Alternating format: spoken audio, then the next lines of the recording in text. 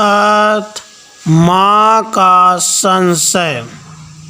एक बार माता पार्वती जी ने भगवान शिव जी से कहा कि प्रभु, मैंने पृथ्वी पर देखा है कि जो व्यक्ति पहले से ही अपने प्रारब्ध से दुखी है, आप उसे और ज़्यादा दुख प्रदान करते हैं, और जो सुख में है आप उसे दुख नहीं देते हैं।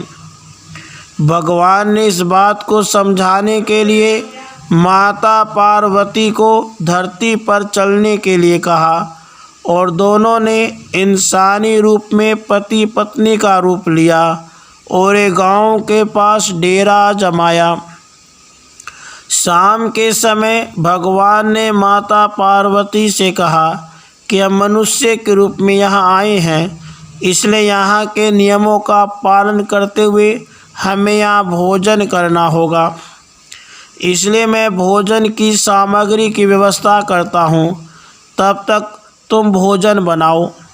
जब भगवान के जाते ही माता पार्वती रसोई में चूल्हे को बनाने के लिए बाहर से ईंटें लेने गई और गांव में कुछ जर्जर हो चुके मकानों से ईंटें लाकर चूल्हा तैयार कर दिया। चूल्हा तैयार होते ही भगवान वहां पर बिना कुछ लाए ही प्रकट हो गए। माता पार्वती ने उनसे कहा, आप तो कुछ लेकर नहीं आए, भोजन कैसे बनेगा?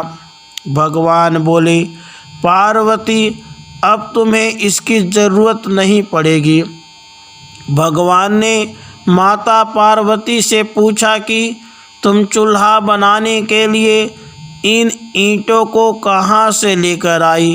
तो माता पार्वती ने कहा, प्रभु, इस गांव में बहुत से ऐसे घर भी हैं जिनका रख रखाव सही ढंग से नहीं हो रहा है। उनकी जर्जर हो चुकी दीवारों से मैं ईंटें निकाल कर ले आई। भगवान ने फिर कहा, जो घर पहले से खराब थे तुमने उन्हें और खराब कर दिया। तुम ईंटें उन सही घरों की दीवारें से भी तो ला सकती थी।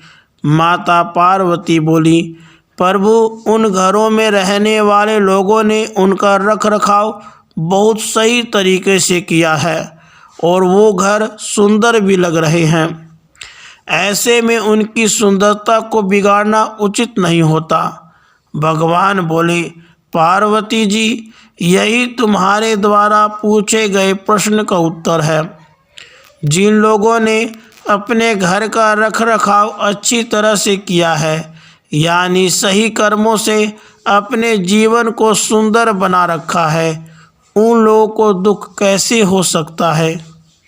राधे कृष्ण, राधे कृष्ण।